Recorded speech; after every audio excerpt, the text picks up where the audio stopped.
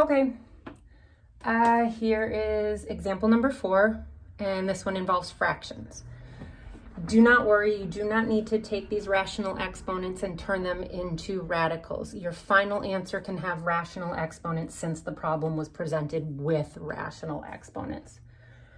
All right, so nothing really to change here. You can just go right into your first derivative, but follow the same rules.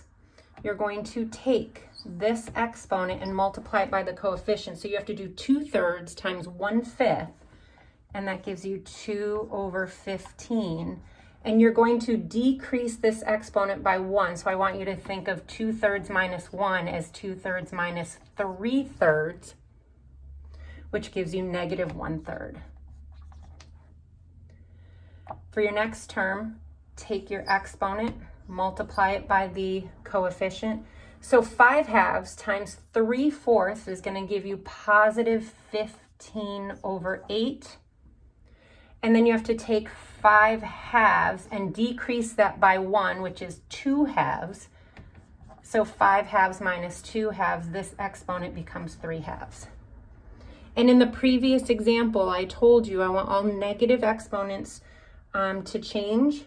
I want this written with positive exponents. So your final answer, your first derivative, is going to be 2/15x to the 1/3 plus 15/8x to the 3/2. This is fine. You can also write it as 2/15x to the 1/3 plus 15x to the 3/2 all over 8. These two are exactly the same thing. Oops, f prime of x. And always, always, always keep in mind your first derivative is the equation for the slope of the tangent line at any x value. Okay, one more example,